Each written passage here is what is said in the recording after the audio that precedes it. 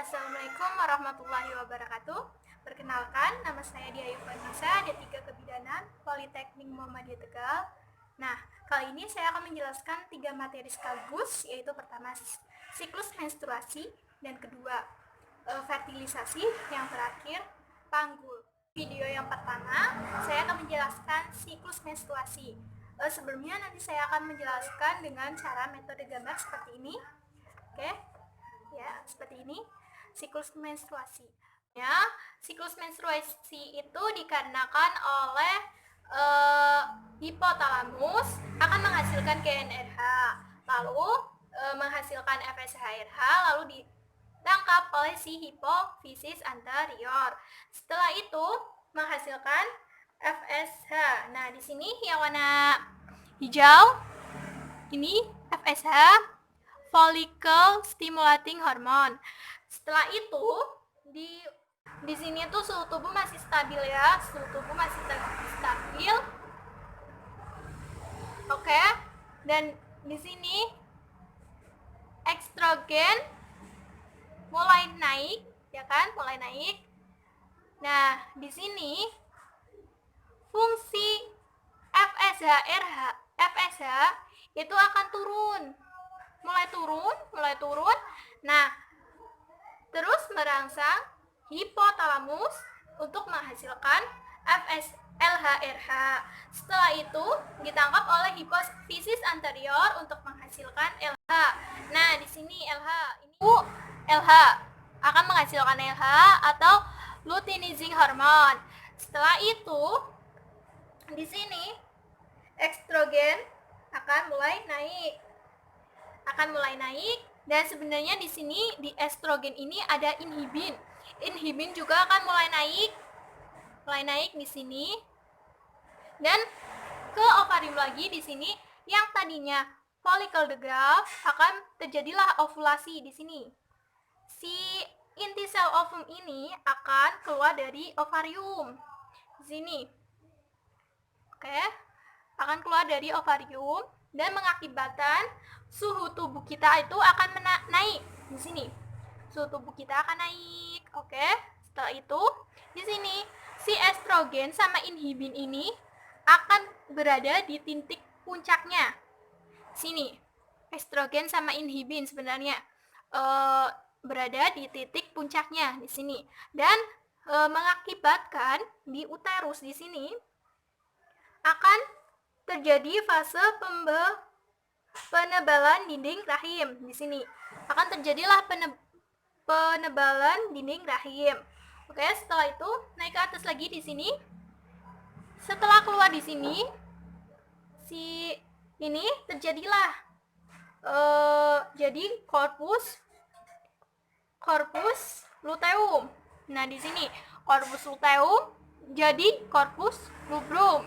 Nah, di sini suhu tubuh kita masih tinggi ya, suhu tubuh kita masih tinggi, dan di sini fungsi estrogen dan inhibin ini akan turun dan akan digantikan sama progesteron. Sini akan digantikan sama progesteron. Nah, di dinding uterus ini terjadilah fase sekresi di sini. Nah, inilah terjadilah fase sekresi. Setelah itu di sini kembali ke sini, yang tadinya corpus luteum ini luteum akan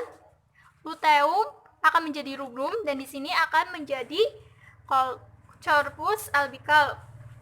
Sini, nih corpus albicale, dan di sini suhu tubuh kita akan turun.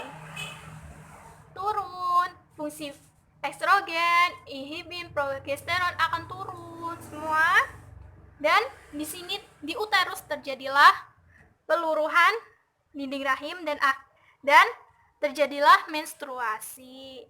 Nah, itulah proses sirkulasi menstruasi tentang fertilisasi. Sama halnya seperti tadi, saya akan menjelaskan dengan cara metode gambar seperti ini. Oke, fertilisasi.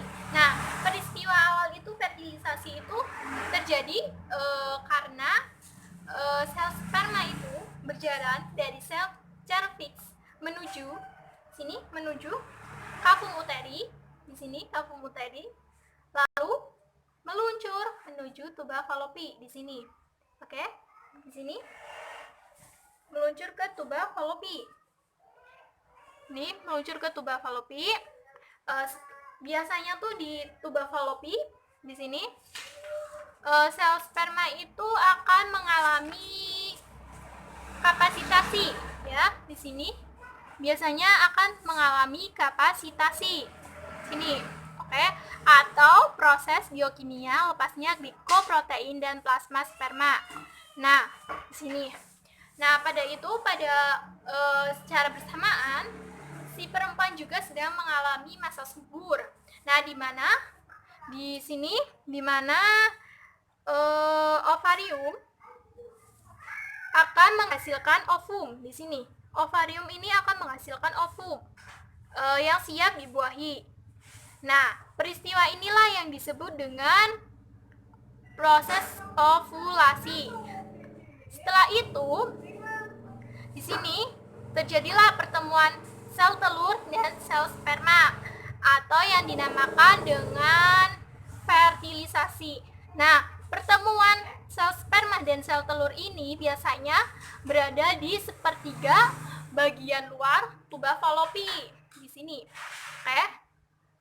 Sebelumnya di sini sel sperma harus menembus corona radiate, xenoperoxida, terus dan membran petellina. Nah, di sini yang menyelimuti sel telur ini. Nah, biasanya itu sel sperma itu akan dibantu oleh enzim hyaluronidase. Nah, di sini. Nah, terjadilah penyatuan inti sel dan inti sperma di sini yang dinamakan dengan zigot. Oke, zigot. Zigot ini terus kemudian kemudian proses pembelahannya ini akan terjadi secara mitosis. Oke? Terjadilah proses pembelahan mitosis dan proses pembelahannya itu yang disebut dengan gametogenesis. Proses gametogenesis ini secara bertahap, ya, secara bertahap pembelahannya, secara bertahap. Setelah itu yang pembelahannya secara bertahap terjadi marula, blastula, blastokis sambil berjalan di sini menuju cavum uteri. Atau biasanya proses pembelahannya itu secara bertahap, mulai dari 1 menjadi 2 menjadi 4 menjadi 8 dan seterusnya sambil berjalan menuju cavum uteri di sini. Oke, di sini cavum uteri. Nah, setelah 6 hari ini si blastokis ini akan tertanam di ini miometrium, ke dalam miometrium di sini. Ini akan tertanam ke dalam miometrium. Nah, peristiwa tersebut yang dinamakan dengan nidasi atau implementasi. Di sini tertanamnya blastokis ke dalam miometrium ini dinamakan nidasi atau implementasi. Oke, seperti itu. Dan sudah selesai menjelaskan tentang bagian-bagian panggul, ya. Oke, panggul seperti tadi saya juga akan menggunakan gambar seperti ini, gambar panggul. Nah, panggul adalah susunan yang terdiri dari osae, osakrum sama ostoksigis. Nah, di sini panggul terdiri dari susunan tulang osae, osakrum dan ostoksigis. Di sini tulang panggul itu terdiri dari 4 bagian tulang, ya. Di sini 2 tulang pangkal paha osae, di sini 2 tulang pangkal paha osae, sini osae, dan 1 tulang kelangkang ini yang namanya tulang kelangkang atau osakrum. ini yang lancip ini namanya tulang ekor atau os coccygeus. Tulang pangkal paha sendiri atau osae ini terdiri dari tulang usus, os ilium ada 2. Nah, ini os isium atau tulang duduk, dan di sini tulang kemaluan 1 atau os pubis. Nah, setelah itu ke os di sini os sacrum atau tulang kelangkang. Nah, tulang kelangkang ini terdiri dari merupakan 5 ruas tulang yang bersatu. Di sini 5 ruas tulang yang bersatu berbentuk segitiga melebar dari atas dan meruncing ke bawah. Ini ya kan, melebar dan meruncing ke bawah. Oke. Setelah itu bagian atas tulang berhubungan dengan os lumbal 5. Nih, bagian atas tulang ini berhubungan dengan os lumbal 5. Dan bagian bawah di sini, bagian bawah ini berhubungan dengan ossocygis. Nah, di sini ini yang dinamakan ossocygis atau tulang ekor tadi.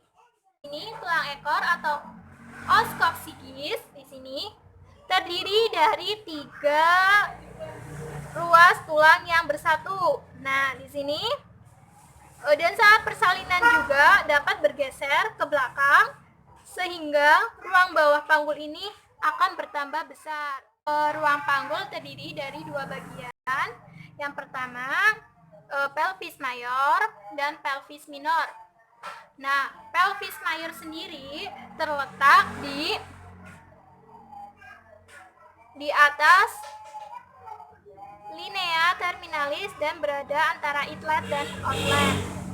Nah, di sini yang dinamakan dengan pelvis mayor, dan pelvis minor yang terletak di bawah linea terminalis. Di sini bawahnya ini namanya pelvis minor.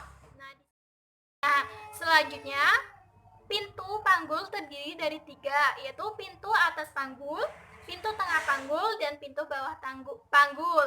Nah, di sini pintu atas panggul itu atau inlet batasnya itu dari promontorium di sini ke linea innominata di sini dan ke pinggir atas simfisis. Jadi dari sini promontorium ke linea innominata dan ke sini pinggir atas simfisis. Nah, selanjutnya pintu tengah panggul. Pintu tengah panggul itu atau midlet terdiri batasnya itu dari spina ischiadica. Oke, dari spina ischiadica. Spina ischiadica itu di sini sebenarnya di belakang ini ada tonjolan atas belakang. Nah, di sini ada tonjolan yang di atas, ya kan? Yang di belakang itu dari os isium, ya. Di belakang ini ada tonjolan atas belakang dari os isium. Tuh. Nah, selanjutnya pintu bawah panggul. Pintu bawah panggul atau outlet di sini batasnya itu dari pinggir bawah simfisis dan arcus pubis. Dan selanjutnya bagian-bagian dari panggul. Yang pertama promontorium di sini. Promontorium tonjolan atas antara os lumbal 5 dan os sacrum. Di sini os lumbal 5 dan os sacrum.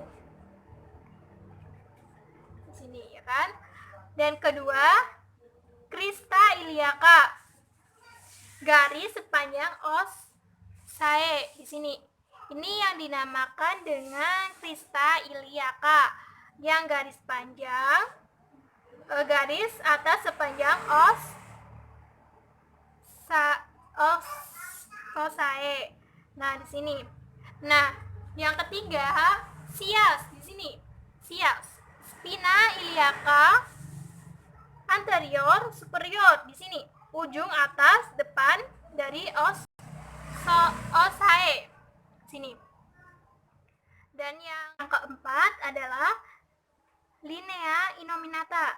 Garis dari promontorium di sini menuju os ilium,